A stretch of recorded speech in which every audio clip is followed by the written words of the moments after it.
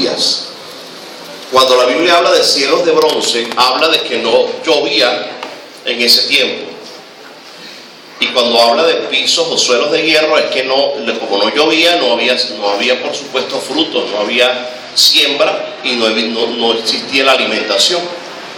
Durante el tiempo de Elías, si usted lee la Biblia en Reyes, hubo 3 años que no llovía. Hermano, no veo el Héctor.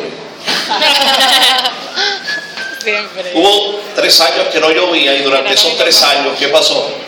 Hermanos, que no había nada, no había producto, el ganado, no había nada. Y ustedes saben, si han leído la Biblia, ¿qué hacía la gente en esos tiempos, en Samaria? ¿Alguien me puede decir? En Samaria se comían los unos a los otros.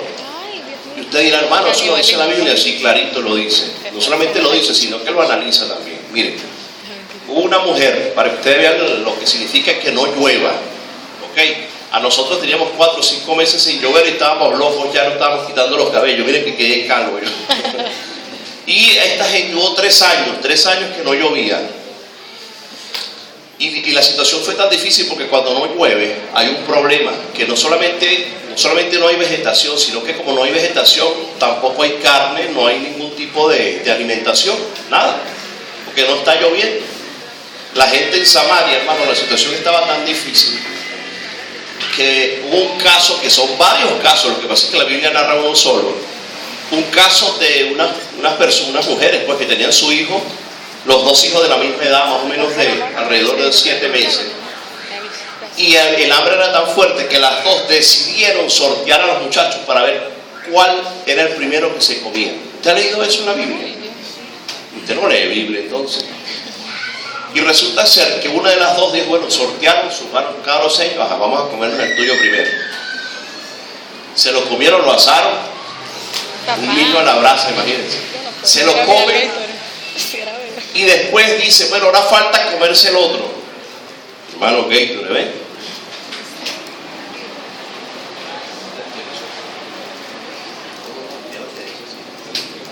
Dale. Entonces les decía que la otra persona que le faltaba comerse el niño, no, yo no voy a comerme mi hijo, nos comimos el tuyo, pero el mío no me lo como.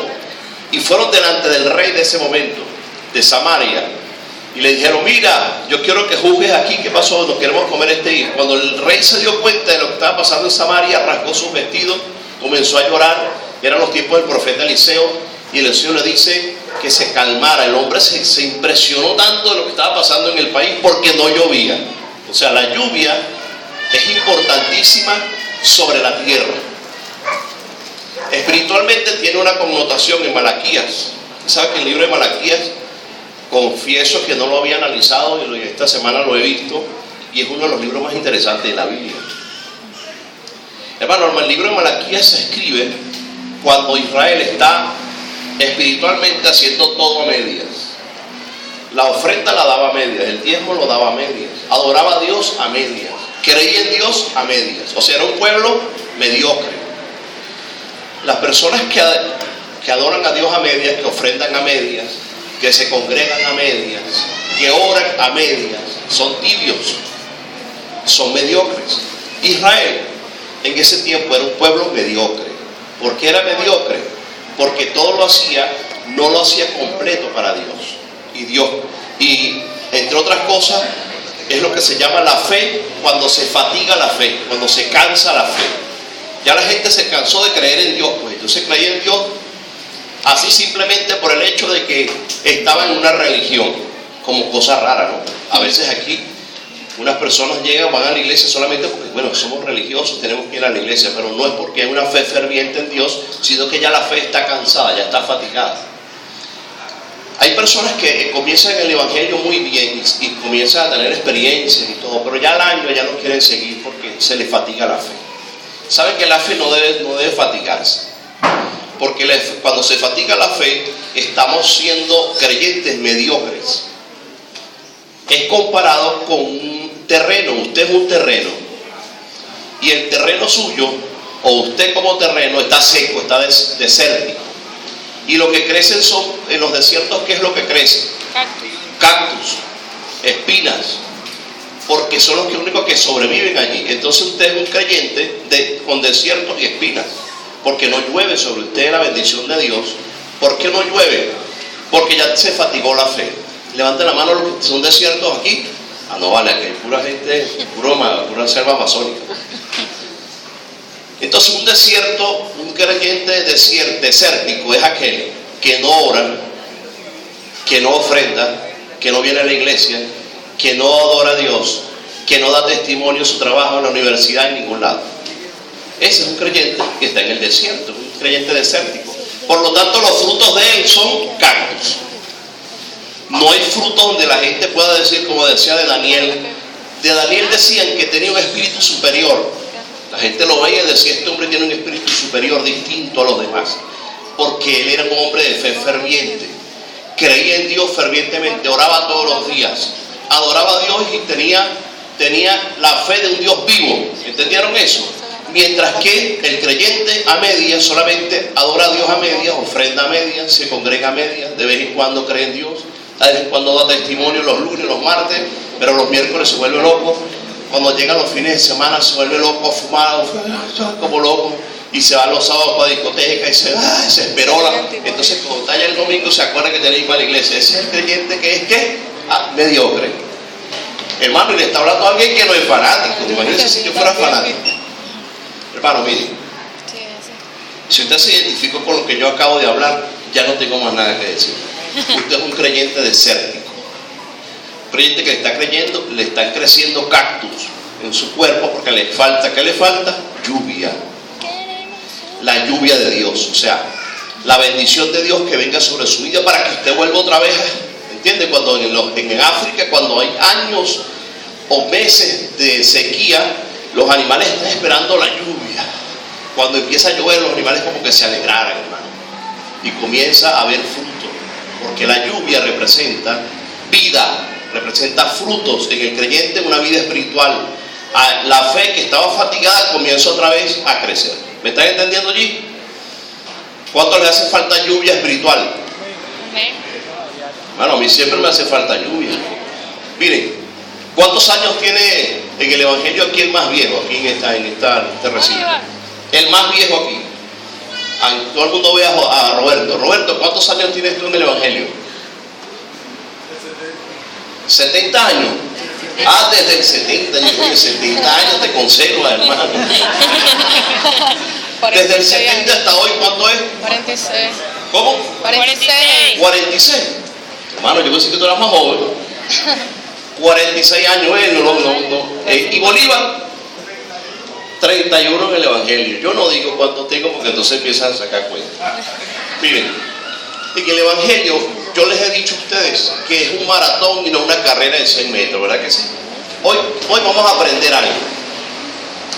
En el evangelio usted comienza con brío y tiene que terminar con brío también, o mejor. Si usted comienza bien en el evangelio, tiene que terminar mejor. Tiene que saber que debe ir con calma. Porque si usted se emociona mucho al principio, después se cansa, como pasa con los maratones. Usted va con calma, leyendo la palabra, buscando la oración, etc.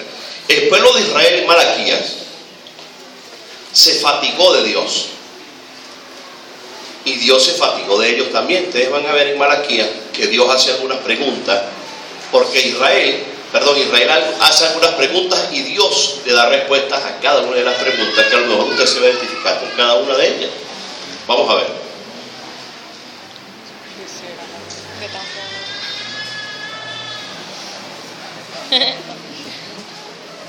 Si yo cierro los cielos y si mando la langosta que consuma la tierra y se envío pestilencias a mi pueblo, si se humilla mi pueblo sobre el cual mi nombre es invocado y ora y busca mi rostro, se convierten en sus malos caminos, entonces yo oiré desde los cielos, perdonaré sus pecados y sanaré su tierra. Fíjense una cosa, vamos a banalizar eso. Ahí Dios está diciendo, si yo los pruebo a ustedes cerrando los cielos, ¿sí se dan cuenta ahora? Si yo los pruebo a ustedes cerrando los cielos, tómate el camburo. Y se envió pestilencia, fíjense, oígame una cosa. Dios está diciendo, porque allá en un punto y coma está una frase que no se conecta con la otra. Si yo llego y les mando pestilencia, dice Dios allí, no me ve así. Y si busco y cierro los cielos que no llueva, lo estoy probando, ¿verdad que sí? Si yo los pruebo así, si ustedes frente a esa prueba, en vez de quejarse, en vez de pegar gritos y decir que yo no existo, se humillan, oran y buscan mi rostro, entonces ¿qué pasa? Yo oiré desde los cielos y perdonaré sus pecados y sanaré su tierra.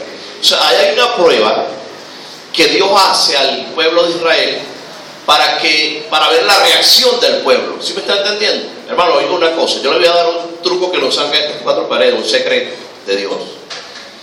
Dios a nosotros nos prueba para ver nuestra fe.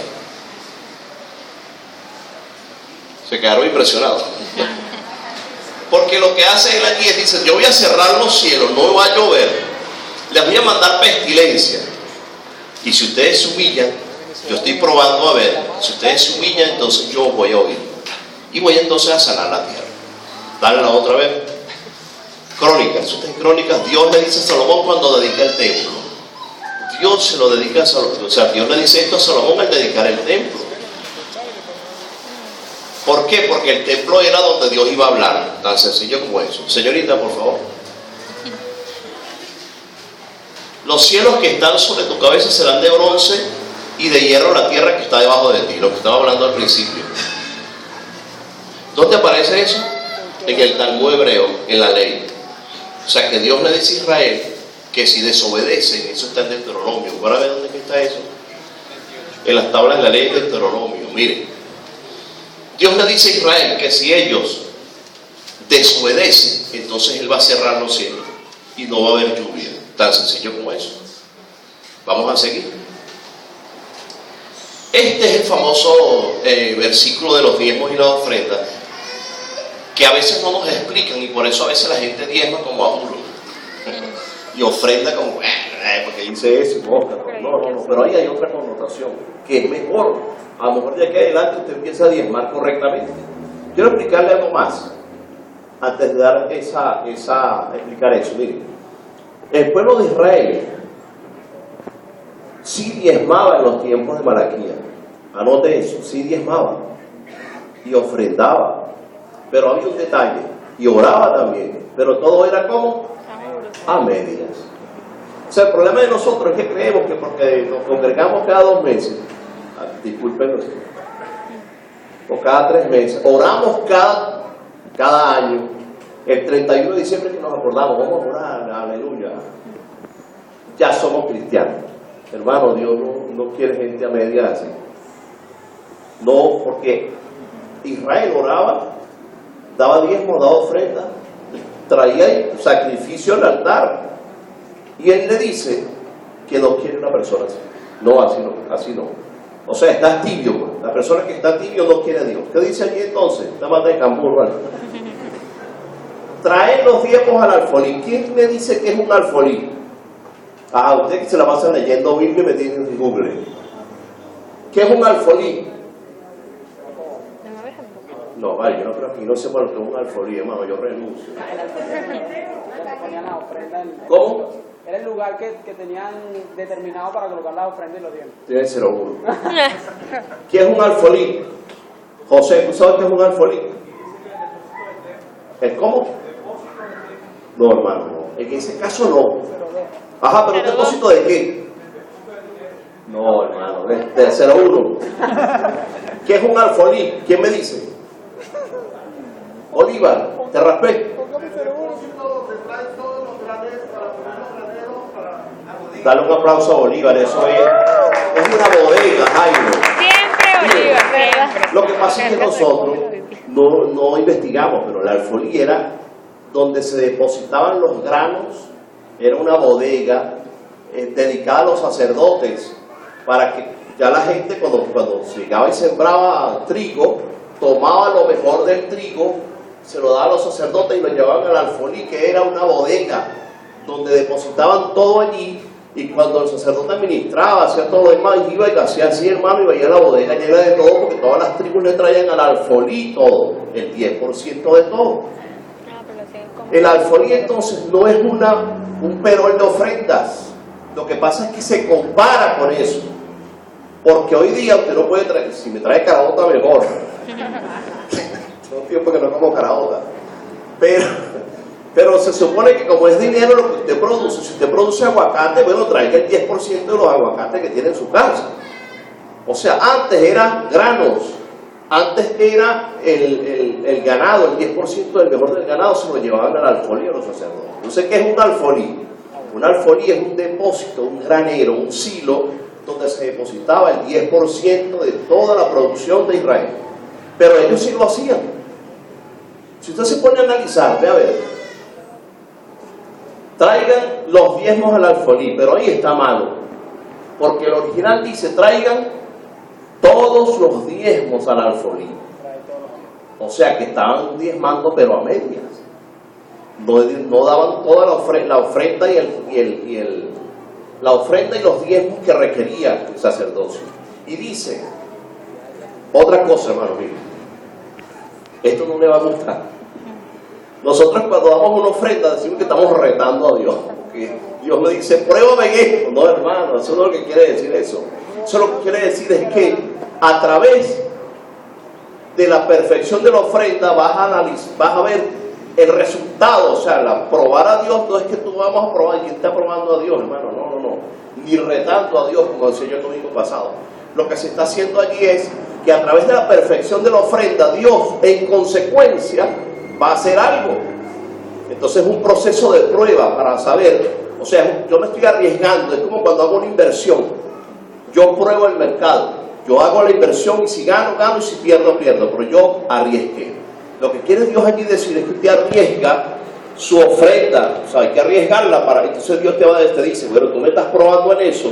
O sea, yo te voy a probar a ti que sí, que eso funciona. La ofrenda es así. La ofrenda material tiene que ver con un riesgo, relativamente un riesgo. Y Dios, en consecuencia, responde. Eso es la ofrenda. Pero vamos a seguir. Le dice Dios a Israel por sus quejas. O sea, Israel se está quejando y él le responde. Vamos a ver ahora las preguntas de Malaquías. Miren, en el 1 de 2 al 5 dice, yo los he amado, dice Jehová. ¿Ven? Y mira lo que le pregunta, lo que dice el pueblo. ¿En qué nos has amado? Hermano, miren, ¿usted sabe lo que fue el holocausto judío? ¿Alguien sabe qué fue eso? El holocausto. Levante la mano los que sepan qué es eso. El holocausto judío. Parece que quiere ser millonario. De los años 40, 1940 en adelante. ¿Quién sabe qué? Yo soy el 86. Como yo le he dado aquí panorama profético y nadie sabe, no puede ser. Eso es Adolfo Hitler, que mató alrededor de 6 millones de judíos porque su animadversión hacia los judíos era terrible. ¿Por qué les hago referencia a eso? Vamos bien. Ya le vamos a decir que vamos a decir cuenta. Hermano, él tenía animadversión hacia los judíos y más o menos 6 millones de judíos. Algunos dicen que eso es que está muy exagerado, pero 6 millones de judíos murieron en la Segunda Guerra Mundial. Los rabinos ortodoxos, póngame atención, hermano, que se está durmiendo. Los rabinos ortodoxos dicen que por qué Dios les hizo eso. Y entonces ellos dudan de que Dios ame a Israel por eso. ¿Sabían ustedes eso? Hoy día sí, yo hablé con un rabino y dice, porque si le acuerda del holocausto se pone bravo con Dios. O sea, ellos no asumen que Dios los pasó por una prueba a raíz de la desobediencia de ellos, sino que ellos dicen que Dios no los quiso en ese tiempo, los odiaba. Y permitió que Adolfo Hitler, junto con la Iglesia Católica y Henry Ford y toda esa gente, juntaran un dinero para provocar lo que se llama el holocausto. Les hablo de eso porque ellos dicen, ¿en qué nos has amado? Si no llueve, no hay fruto. Nosotros metemos, a eso fue en los tiempos igualito en los tiempos de Ageo. Yo meto la semilla en un saco y parece que tuviera el saco roto porque no me rinde nada. Eso es más o menos lo que está pasando hoy en Venezuela, ¿verdad? Bien parecido con la realidad. Que usted cobra, ¿cuánto cobras tú semanal?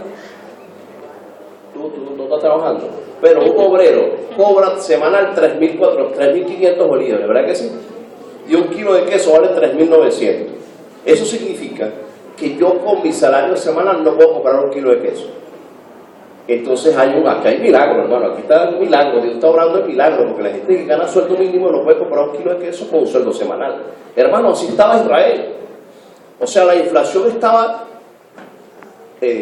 tan fuerte en esos tiempos que no había semilla, o sea, la situación era difícil para Israel. De hecho, Malaquías es el último profeta. Después de Malaquías surgen 400 años donde simplemente se forman las sinagogas hasta que llega Jesucristo, Juan el Bautista, etc. Lo que quiero decirles allí es que Dios les dice a Israel: yo los prefería a ustedes antes que a Esaú. Al pueblo edomita yo lo eliminé y preferí a Jacob a Israel para que formara un pueblo. Ya por ahí les dicen: los amé de esa manera. Número 2, vamos a ver. Póngame atención, hermano, no se ponga aburrido ahí. O yo no me sienta que estoy aburrido hoy. Menosprecias mi nombre. ¿Cómo menosprecio el nombre de Dios? ¿En qué hemos menospreciado tu nombre? Entonces Dios le dice: ofrece sobre mi altar pan inmundo. Pan inmundo no significa que el pan olía mal, hermano. Pan inmundo, ¿qué significa?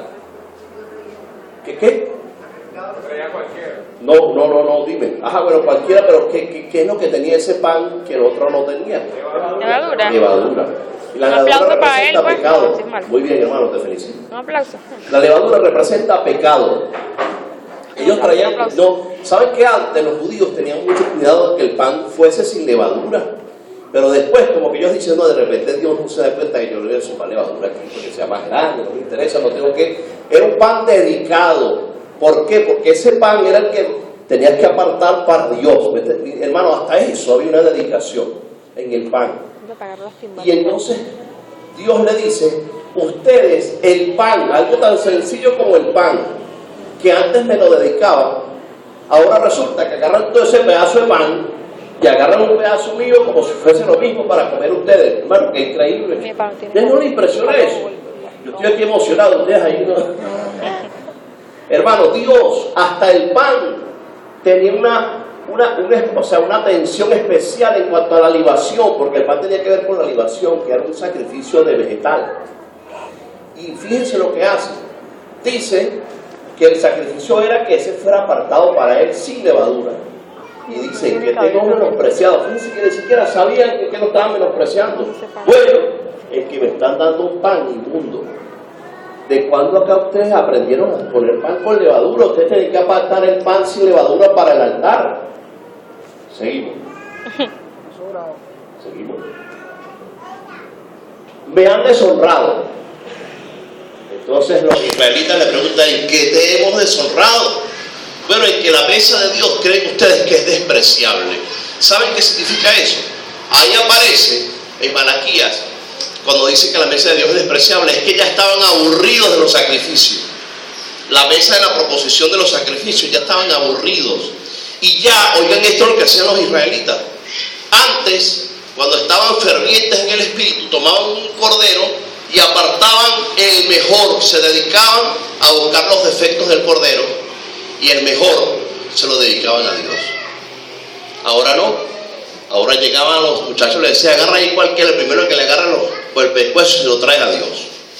Y yo empezaba a ver que, pero esta gente me está dando pan con levadura. Antes dedicaba el pan. Me está dando corderos y me está dando animales con defectos, ciegos. O sea, él dice: no me sacrifiques animales ciegos en Deuteronomio, en todo lo que es la ley. No me sacrifiques animales ciegos ni mancos, ni que le falte el rabo, etcétera. No, y que sea el mejor. Pero ya ellos, hermanos, estaban cansados. Es como el que se cansa ya de congregarse, el que se cansa ya de venir a la iglesia. Y cuando le dice: mira que tenemos una actividad, hermano, otra vez lo mismo. Cantar, adoración, teatro, los muchachos ahí. Eso es deshonrar a Dios. Aunque usted no lo crea. En que piensas que la mesa de Dios es despreciable. O sea, menosprecias, no valoras el altar, no valoras la salvación. Tan sencillo como eso. Vamos a ver qué otra cosa pasa. Me has hecho cansar con tus palabras. Hermano, usted no hay algunas personas que usted está haciendo una cosa y le habla y usted se cansa. Pero Dios le pasó eso con Israel y con nosotros también le pasa. Y aquí sí vamos, aquí ya me estoy poniendo bravo, Medardo.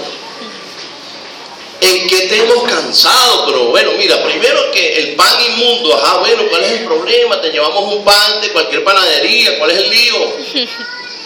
Y el becerro que me lo ciego, sin oreja, bueno, ¿cuál es el problema? Es un becerro. Malandreando a Dios.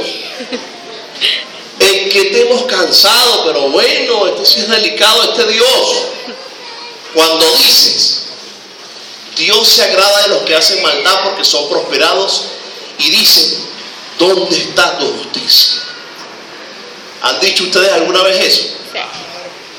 Que a usted les va, así como que les va mal, y usted dice, pero el vecino, chico, que es un tremendo malandro, narcotraficante, Señor, ¿dónde está tu justicia?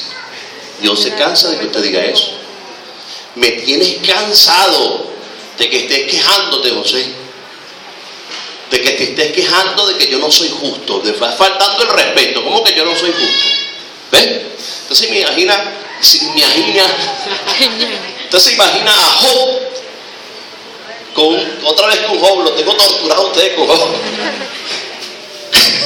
con el cáncer en la piel, y el hombre decía, bueno, el Señor sabrá lo que hace conmigo. No, hermano, mira, a una de esta gente le da sabañón y ya empieza a pecar.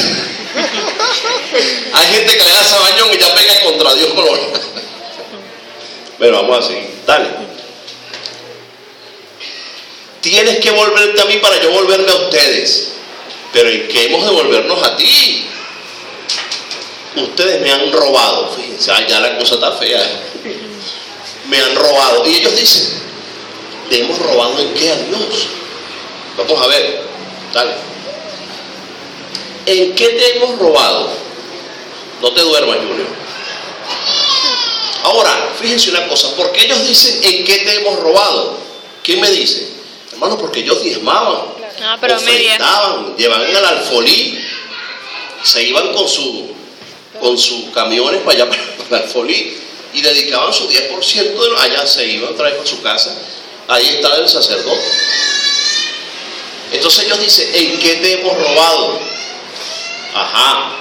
Entonces les dijo, mira, hijo, que ustedes están llevando solamente una parte para los sacerdotes, no están tomando el 10. Hasta en eso estaban deshonrando a Dios. Miren, antes ellos estaban dedicados a las cosas de Dios de manera perfecta. Llegaban y veían que el trigo les tantos kilos, llegaban el 10% y lo llevaban. Ahora ni eso hacían, hermano. Ni siquiera de las cosechas agarraban el 10% para llevarlo, sino que agarraban lo que viniera por ahí. Agarraban, me llevan de eso para allá para los sacerdotes, que ya no tienen obstinados los sacerdotes. Ajá. Y entonces Dios les dice, traigan todos los diezmos. ¿Ves? Si estaban ofrendando y diezmando, pero no era todo. Simplemente hacían la mitad, menos del 10%. Y él dice, traigan todos los diezmos a mi casa. A mi casa era la tribu de Leví. ¿Y qué va a pasar? Vamos a ver. Yo les abrí la ventana de los cielos. Ahí está, ¿ves? Hermano, miren, cuando yo cambio de actitud, cuando Dios empieza a decirme cosas y me está corrigiendo, y yo cambio de actitud, ahí se abren los cielos. No es una declaración de fe nada más. Póngame atención aquí. O sea que a veces nosotros declaramos cielos abiertos, pero nosotros vemos que siguen cerrados. Yo puedo danzar, declarar los cielos abiertos y no se abre, porque lo que va a abrir los cielos, ¿qué es? La actitud de volverme a Dios para que Él abra los cielos. ¿Sí me está entendiendo ahora? Pero vamos a seguir. Sus palabras contra mí han sido violentas, y en que hemos hablado mal de ti. Mira, aquí está. Estamos sirviendo a Dios en vano. ¿Cuántos dicen amén? Estamos sirviendo a Dios en vano, dicen algunos, ¿oyeron? ¿Qué aprovecha que sigamos su ley si andamos afligidos? O sea, yo soy cristiano, doy testimonio, pero ando afligido todo el tiempo. Unas quejas. ¿Quién se queja aquí? Nadie. En cambio, él prospera a los soberbios y a los impíos. Hermano, mira, eso es hablar mal de Dios. ¿Cuántos han hablado mal de Dios aquí? ¿Cuántos han hablado mal del maestro? Amén, amén. Mire, hablar mal de Dios significa que usted le diga que Él está prosperando más a los impíos que a usted. Porque Dios, hermano, no ve la prosperidad desde el punto de vista material, sino espiritual. Aunque haya justos que prosperen materialmente, eso está bien, pero Dios ve de otra forma. A Jesús le preguntaron, no le preguntaron, él habló sobre una parábola, le dijo la parábola del rico insensato. ¿Han oído esa parábola? ¿Cómo dice? ¿Cómo dice la parábola del rico insensato? Hermano, ustedes no están leyendo el Antiguo ni el Nuevo Pacto, ¿qué pasa? Honorito, ¿no? ¿Qué pasó? Ajá, ¿qué dice? ¿Qué dice el rico insensato, José? No me hagas pasar pena.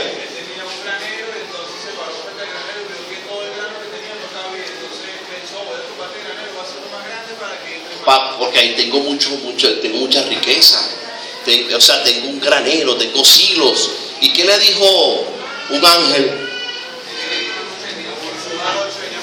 ¿Y qué vas a hacer con todo eso? Ajá, eso no significa, hermano, que usted no va a prosperar económicamente, pero sí significa que tiene que poner atención a su vida espiritual. Eso sí está claro, ¿verdad que sí? O sea, no es que usted va a renunciar a todos sus negocios, no. Es ponerle atención a la vida espiritual más que a la vida material. Dios está interesado en el alma de nosotros, de todo. Si Dios no estuviera interesado en nuestra alma, no estuviera aquí, no hubieran predicadores hasta el siglo XXI. Ahorita en el siglo XXI todavía hay gente que predica. Eso es un milagro, porque ha pasado gran cantidad de tiempo y el mensaje del Evangelio no pasa de moda. Usted lee la Biblia y está actualizada. No solamente está actualizada, la Biblia está futurizada. Ya la Biblia hablaba, hermano, de los satélites. ¿Usted sabía eso? De los satélites habla en Apocalipsis, de las imágenes satelitales. Y usted dice, pero ¿y cómo sabía Juan todo eso? Bueno, porque ya Dios sabía lo que iba a pasar en un futuro. La Biblia entonces ya está futurizada. O sea, la Biblia está actualizada. La Biblia es el libro de los libros. ¿Por qué? Porque es el libro inspirado por el Espíritu Santo a través de hombres de Dios. Ahora, ¿qué aprovecha que sigamos su ley si andamos afligidos? Se están quejando. Hermano, las quejas no le gustan a Dios, pero tampoco la fantasía. Anote eso. Dios tampoco, no le gusta que te quejes de Él, pero tampoco que sea un tipo de fantasía, que tú declares cosas que son mentiras, lo que hablaba la semana pasada. Dios quiere que usted le adore, como le decía la semana pasada, estando bien y estando mal. Eso es lo que Dios quiere. Dios le va a probar a usted la fe y a mí también, a través de situaciones difíciles.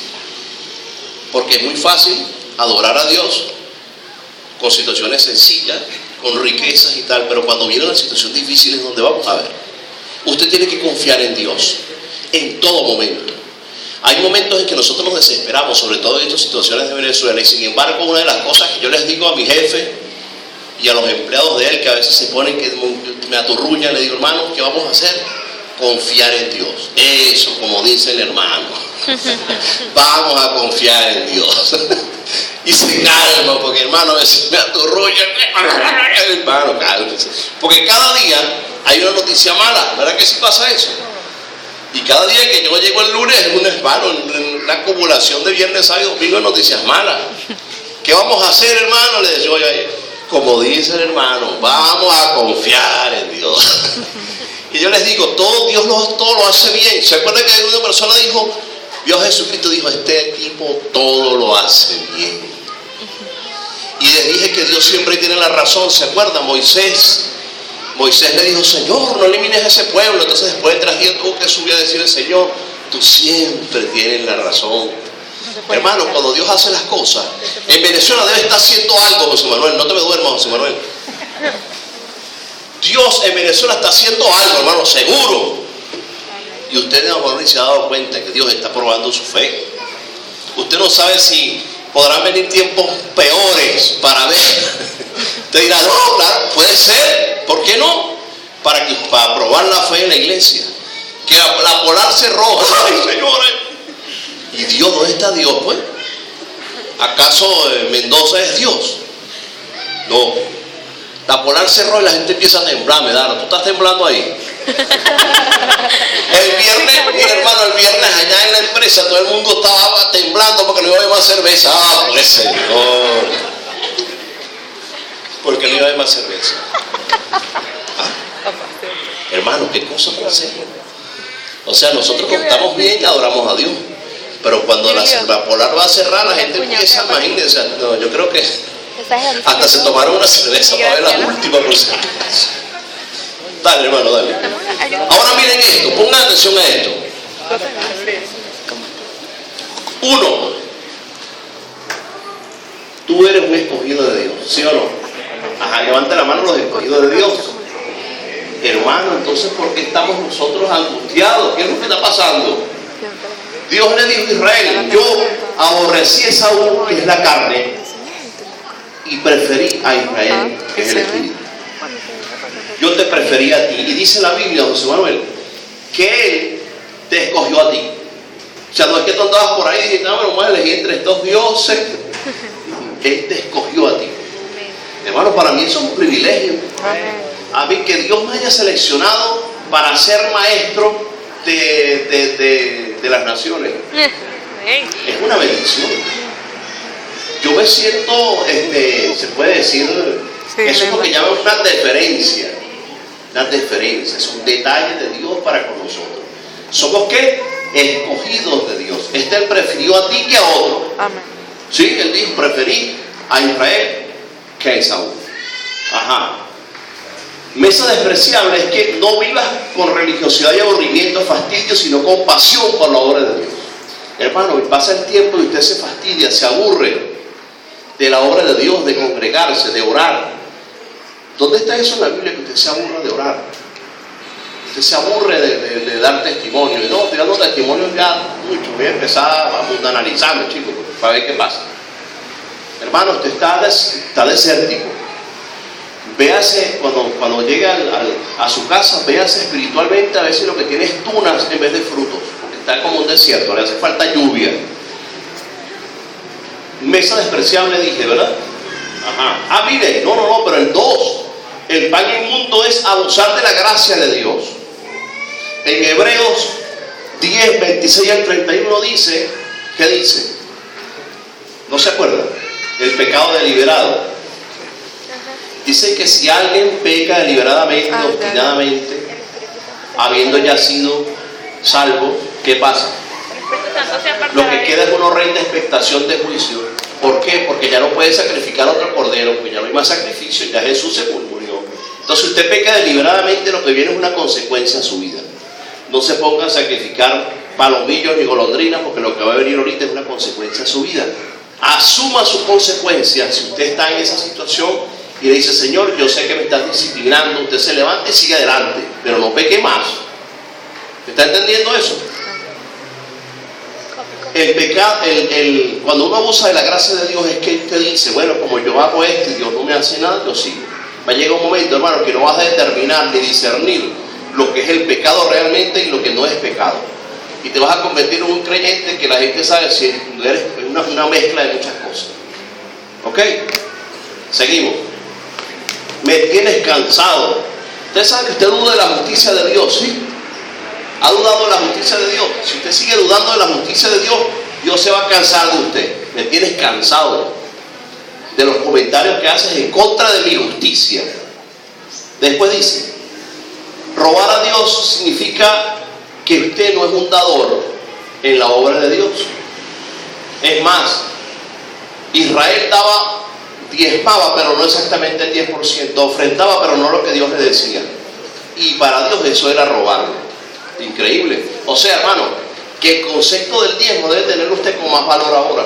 Porque aquí no se refiere a que diezmaban algo, no, es que estaban diezmando, pero no hacían lo que el diezmo perfecto, no lo hacían. Y él decía: me están robando. ¿Qué le parece eso? Hermano, sea un dador alegre, sea espléndido cuando tenga dinero, y cuando no tenga, bueno, cuando usted dice: bueno, voy a tener para compartir con los demás. Hermano, no sea pichirre con la gente. ¿Cuántos son pichirres aquí? Digan amén. No vale, bendición, aquí no hay pichirres. Probarme en esto es cambiar una actitud frente a Dios. ¿Ok? O sea, miren, hagan algo distinto de lo que siempre hacen, para ver qué pasa. Háganlo. Vamos a hacerlo esta semana. Hagan algo distinto, pero no estoy hablando de pecar, por favor, no sean carnales. Estoy hablando de agarrar, por ejemplo, yo cobro 3,000 bolívares y lo agarro y se los doy al maestro.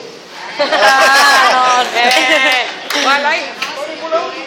Eso sí no lo aplaude. Ojalá y no, como no aplaude. Hermano, te bendigo, toma, porque tú eres un varón de Dios. Y de repente Dios empieza a bendecirlo. Pruebe a Dios así, a ver. Buena idea. Se pueda, pero no te... Hemos servido a Dios en vano. ¿Usted cree que está sirviendo a Dios en vano? Ahorita viene en el sueño. Eso lo dijo Israel, pero hay mucha gente que lo cree. ¿Tú has servido a Dios en vano?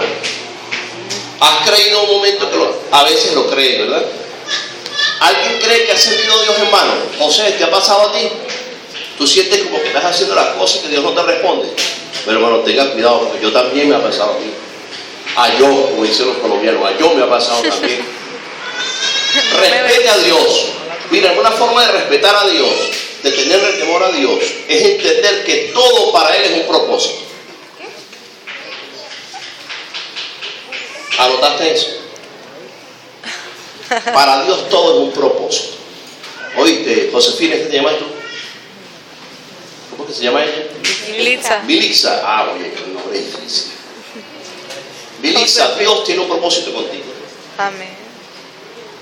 No puedes creer que todo lo que te pasa es por el diablo, por Maduro, por Diosdado Cabello. No vale, Dios tiene un Por propósito. Maduro. Dios tiene un propósito en nuestras vidas y va a cumplirlo hasta el final, pero nosotros tenemos que entender a Dios. Usted, hermano, una cosa que le voy a decir. Mire lo que dice. La última, quiero dedicarle tiempo. Respete a Dios y tenga temor de su presencia. Mire, usted aquí en la iglesia es una bendición. Oye, qué bendición es esa hermana en la iglesia. Como un hombre en el banco, Junior. Yo estaba abriendo una cuenta, en esos tiempos que se podía abrir cuenta. Y me senté, entonces,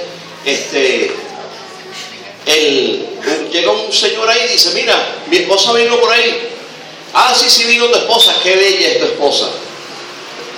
Le dice la muchacha, mira, esa es una mujer, una bendición, esa muchacha, mira, es amable, porque no vives con ella. Que no vives con ella. Y la mujer empezó a reírse y dijo, oye, verdad que sí.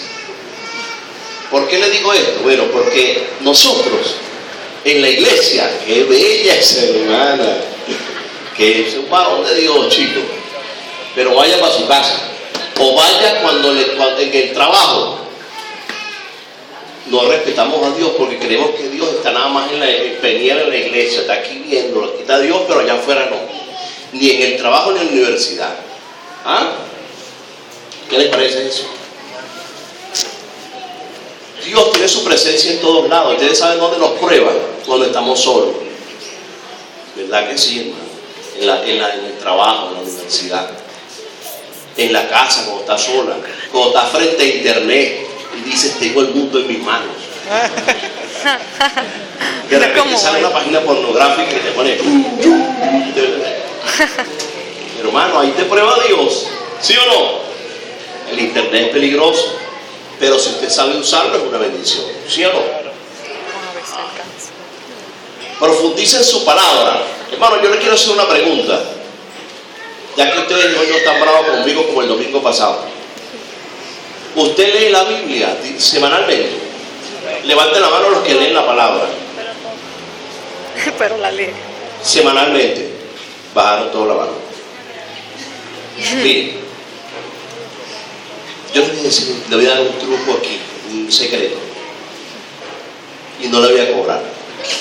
Miren, siempre es lo mismo. Si usted lee la Biblia, va a conocer el carácter de Dios. ¿Sabía eso? Y cuando viene alguien, un charlatán, y le dice algo, usted dice, no, mentira, eso es mentira. La Biblia es como una constitución, que viene un fiscal de tránsito y te dice, mira, que tiene, no, pero es que yo en la que dicen la ley de tránsito, que eso que están haciendo, esos tipos se hacen locos, no, dale, abogado. Hermano, la Biblia es así. Usted lee la Biblia, lea. Yo un día le dije cómo leer la Biblia, empiece con Lucas, después Hechos, el libro de Job, lea lo de penúltimo, así, cosas así. Lea la Biblia para que usted vea el carácter de Dios, porque su palabra es el reflejo del carácter. Y ahí teme a Dios. Y cuando va a hacer algunas cosas, usted dice, oye, pero esto que le sucedió a esta gente, yo puedo hacerlo, porque Dios, pero conforme a la fe, la palabra. Una cosa, otra más. estamos cansados de sacar de la Biblia con pinzas frases hechas y las convertimos en doctrina y en ideas y en pensamientos, y la gente vive de eso y muere con eso, y resulta que eso no era la palabra de Dios. Entonces, ¿qué vamos a hacer? Comenzar a profundizar en la palabra de Dios. Hermano, de esa manera va a caer la lluvia. ¿Quiere lluvia? Ok. Primero, la lluvia, usted lo que va a hacer es cambiar su actitud frente a Dios. Para que caiga la lluvia, respete a Dios, tenga temor de su presencia. Para que caiga la lluvia, profundice en su palabra y en la oración. Si usted ora una vez al día, ore 2. Si usted ora 2, ore 3 veces al día. Y profundice en la oración. No vaya gloria, gloria, gloria, gloria, gloria, gloria. No, hermano, no.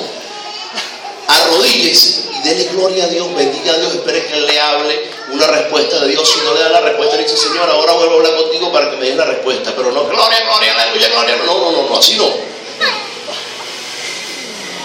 Usted ore a Dios con entendimiento. Hermano, para eso estoy aquí, para enseñarle. Ore a Dios con entendimiento. Es decir, conforme a la palabra. Y no ore a Dios o adore a Dios por las cosas buenas que le pasan a usted. No. Porque la gente, cuando tú le dices: hermano, tengo una bendición para ti, ¿qué piensas? Plata. No. Una bendición puede ser: hermano, mira, tú tienes un tremendo ministerio y tienes que dedicarte a trabajar en eso. Eso es una bendición. Entonces asuma la bendición de Dios de la forma que sea, pero que sea de parte de Dios, sea material o espiritual. Pero no se dedique solamente a entender a Dios como un Dios que manda cosas materiales. Dios se cansa de eso.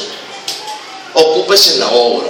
Hermano, mire, ¿sabe por qué el apóstol Pablo decía a Timoteo, a Tito, a todos que se ocuparan de la obra? Porque si usted no se ocupa en la obra, usted va a pecar. Tan sencillo como eso. La santidad era dedicación. El pan, el cordero, los utensilios del tabernáculo. Nosotros ahora somos el tabernáculo de Dios en el cual Él mora, ¿verdad que sí? En el cual Él está dentro de nosotros, el Espíritu Santo. Nosotros tenemos que dedicarnos a su obra. Hermano, oiga una cosa. Aquí hay personas, ponga atención a lo que les voy a decir, que saben cuál es su ministerio y qué tienen que dedicarse, pero no lo hacen por flojera. No lo hacen porque no sacan tiempo. Y les quiero decir algo más grande todavía.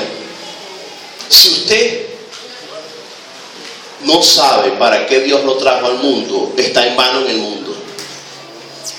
En vano.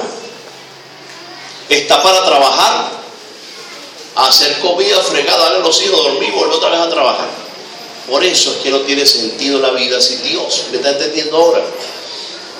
Somos escogidos de Dios. Digan amén. Amén. No, así no. Somos escogidos de Dios. Amén. Ajá. Y Dios nos tiene como un propósito. Digan amén. Ajá. ¿Cuál es el propósito de Dios en la vida tuya, Roberto? En la vida tuya, Junior. José, ¿cuál es el propósito de Dios en la vida tuya? Tenemos que averiguarlo. Como dice el apóstol Pablo, voy a tomar al Señor por lo cual me tomó para ver cuál es el propósito de la vida. Y el apóstol Pablo dijo: ya estoy listo para morir porque ya sé cuál es el propósito de Dios en mi vida y ya lo cumplí. Entonces, ¿cuál es la esencia de la lluvia, de que empiece a llover bendiciones? Que entienda yo cuál es el propósito de Dios en esta tierra, para mí. Amén. Levante la mano a los que saben cuál es el propósito de Dios en ustedes. Muy bien, eso está bien, eso. Hermano, tienen la mitad de bien, los felicito. ¿Cuál es la primera responsabilidad que tienes tú, Antonio, frente a Dios? Miren, lo primero que Dios nos mandó fue a buscar su presencia. Oiga, un cristiano que no ora, hermano, no viene a la lluvia por ningún lado. Eso está seco. Un cristiano que no ora. Hermano, usted no está orando, tiene tiempo que no ora. Óigame, hermana, tienes tiempo que no ora. Comience a hacerlo. Porque usted, podemos aquí hacer una declaración de cielos abiertos, hermano, y usted va a seguir seco. Porque aquí no se trata de que yo haga declaraciones, se trata de que usted cambie de actitud. Y yo cambio de actitud cuando empiezo a orar. Usted va a ver, hermano, hay una cosa, que cuando empiece a orar le va a gustar la cosa. ¿Verdad, Bolívar? Le gusta la cosa. Usted dice, oye, esto funciona, esto me gusta, porque Dios empieza a hablar. El Espíritu Santo empieza a guiarte. Número 2. Un cristiano que quiere lluvia, ¿qué hace? Lee la Biblia. Se alimenta de la palabra de Dios. Si usted es una persona que lee la Biblia y se está durmiendo, reprenda el espíritu de sueño y póngase a leer la Biblia. Y no se ponga a leerla por nada más, vamos a leer este salmo y... No. Léala metódicamente. Comienza a leer el libro de Lucas. Hoy, comience. ¿Cuánto vas a empezar con el libro de Lucas? Levanta la mano. Después lee el libro de los Hechos. Y por ahí va. Después le digo por qué. Porque Lucas es el mismo autor del libro de los Hechos.